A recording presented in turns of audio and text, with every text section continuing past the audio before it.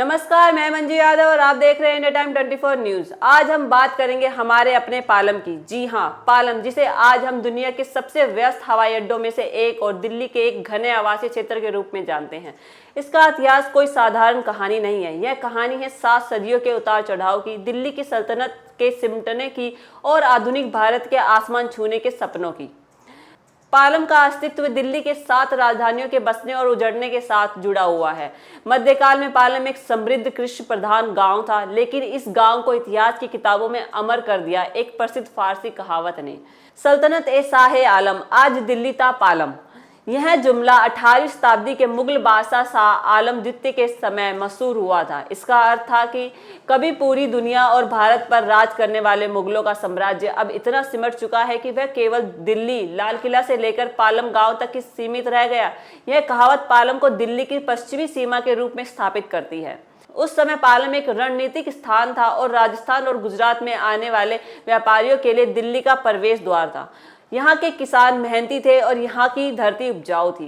पालम के ऐतिहासिक महत्व का सबसे बड़ा प्रमाण यहाँ स्थित पालम की बावली है। 1324 ईस्वी में गयासुद्दीन तुगलक के शासनकाल के दौरान एक शिलालेख में पालम का उल्लेख मिलता है। यह बावली केवल पानी जमा करने का स्रोत नहीं थी, बल्कि यह मध्यकालीन इंजीनियरिंग का एक नमूना थी। यात्रियों और व्यापारियों के कारवां यहाँ रुकते थे। इस बावली के पास मिले संस्कृति के शिलालेखों में पता चलता है कि उस समय के लोग इस क्षेत्र को हरियाणवी प्रदेश का हिस्सा मानते थे। पालम की यह विरासत बताती है कि जब ल्यूटियंस दिल्ली का अस्तित्व भी नहीं था, तब पालम एक जीवंत केंद्र था। पालम के इतिहास की चर्चा तब तक अधूरी है जब तक दादा देव मंदिर का जिक्र न हो। पालम और आसपास के 12 गांव जैसे बागडोला, नसीरपुर के लोग दादा देव को अपना कुल देवता मानते हैं।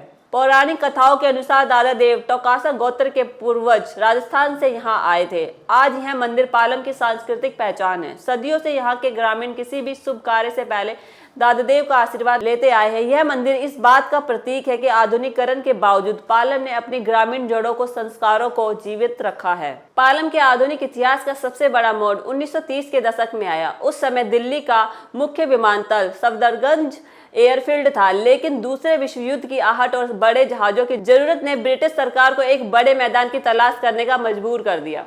पालम की पथरीली और समतल जमीन इसके लिए उपयुक्त पाई गई। 1941 में ब्रिटिश रॉयल एयर फोर्स ने यहाँ एक सैन्य हवाई अड्डा स्थापित किया। द्वितीय विश्व युद्ध के दौरान पालम दक्षिण एशिया में मित्र देशों की सेनाओं के लिए एक महत्वपूर्ण रसद और विमानन केंद्र बन गया। यहीं से पालम की पहचान एक गांव से बदलकर एक हवाई अड्डे के रूप में होने लगी। 1947 में भारत की आजादी के बाद पालम हवाई अड्डा भारतीय वायुसेना के नियंत्रण में आ गया, लेकिन जैसे जैसे भारत ने दुनिया के साथ व्यापार शुरू किया, नागरिक उड़ान की मांग बढ़ने लगी। 1962 के बदलाव में पालम को पूरी तरह से नागरिक उड़ानों के लिए तैयार किया गया। उस समय यहाँ केवल एक छोटा सा रनवे और एक साधारण टर्मिनल था। 70 का दशक वह दौर था जब दिल्ली दुनिया से जुड़ी रही। एयर इंडिया की अंतर्राष्ट्रीय उड़ानें पालम से ही संचालित होती थी। पुराने लोग याद करते हैं कि कैसे वे हवाई जहाज देखने के लिए पालम की बाउंड्री वॉल के पास जमा होते थे। 2 मई 1986 पालम के इतिहास की सबसे महत्वपूर्ण तारीख बनी। तत्कालीन सरकार ने पालम हवाई अड्डे का विस्तार किया और इसका नाम बदलकर इंदिरा गांधी अंतर्राष्ट्रीय हवाई अड्डा कर दिया गया। नया टर्मिनल के निर्माण ने पालम को वैश्विक मानचित्र पर ला खड़ा किया। जो पालम कभी मुगलों की सीमा था, अब वह स्वतंत्र भारत का ग्लोबल गेटवे बन चुका है। 2010 में टर्मिनल 3 के उद्घाटन ने इस दुनिया के सबसे आधुनिक हवाई अड्डे की श्रेणी में शामिल कर दिया गया। हवाई अड्डे के विस्तार का असर पालम गांव और उसके आसपास की बस्तियों पर भी पड़ा। 1980 और 90 के दशक में दिल्ली की बढ़ती आबादी से पालम को एक बड़े आवासीय क्षेत्र में बदल दिया गया। यहाँ के मूल निवासी जो कभी खेती करते थे, उन्होंने अब अपनी जमीनों पर मकान और पीजी बनाने शुरू कर दिए। द्वारका उपनगर के बसने से पालम की अर्थव्यवस्था और भी मजबूत हुई। आज पालम विधानसभा क्षेत्र की दिल्ली के सबसे व्यस्त और घनी आबादी वाले इलाकों में से एक है। पालम के भीतर ही इंडियन एयरफोर्स म्यूजियम स्थित है। यह संग्रहालय पालम के सैन्य इतिहास को संजोए हुए है। यहाँ 1948, 1965, 1971 के युद्धों और इस्तेमाल हुए लड़ाकू विमान रखे गए।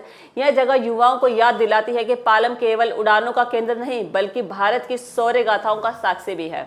आज का पालम दिल्ली की रगों में दौड़ती मेट्रो मेजेंटा ब्लू लाइन से जुड़ा हुआ है। यहाँ की तंग गलियों में एक तरफ पुराने गांव की संस्कृति दिखती है तो दूसरी तरफ आधुनिक शोरूम और कैफे। हालांकि तेजी से हुए शहरीकरण ने कुछ चुनौतियां भी पैदा की है, जैसे ट्रैफिक जाम और जल निकासी की समस्याएं। लेकिन पालम के लोग आज भी अपनी पहचान पर गर्व करते हैं। वे जानते हैं कि जब कोई विदेशी पर्यटक भारत की धरती पर पहला कदम रखता है तो वह पालम की मिट्टी पर ही आता है। पालम का इतिहास एक निरंतर बहती नदी की तरह है। इसने चौहानों का शौर्य देखा है, सुल्तानों का उदय देखा है, मुगलों का पतन देखा है, अंग्रेजों की रणनीति देखी और आज यह आधुनिक भारत की आर्थिक शक्ति का केंद्र है। दिल्ली के पालम तक का सफर अब महज कुछ किलोमीटर की दूरी नहीं बल्कि सदियों की गौरवशाली यात्रा है। यह क्षेत्र हमें सिखाता है कि कैसे समय की मांग के साथ खुद को बदला जाता है, बिना अपनी जड़ों जैसे दादा देव और बावली को बदला जाता है, बिना उन्हें भूले। खबर में फिलहाल इतना ही। देश और दुनिया की बाकी खबरों के लिए बने रहिए हमारे साथ और देखते रहिए इंडिया टाइम 24 न्यूज। खबरों से खबरदार रहने के लिए चैनल को सब्सक्राइब करें और प्रेस करें बेल आइकन। भगत चंद्रा हॉस्पिटल विश्व की सभी आधुनिक और बुनियादी सुविधाओं से परिपूर्ण एक world class multi speciality hospital Mahavir enclave Palam डावडी रोड पर स्थित साउथ वेस्ट दिल्ली का एकमात्र मल्टी स्पेशलिटी हॉस्पिटल, जहां 24 घंटे आपकी सेवा में उपलब्ध हैं वेल क्वालिफाइड डॉक्टर्स और हेल्पिंग स्टाफ। डॉक्टर CM भगत द्वारा स्थापित भगत चंद्रा हॉस्पिटल आपकी सेहत का ख्याल रखना ही इसकी प्राथमिकता है, वो भी अफोर्डेबल रेट्स में।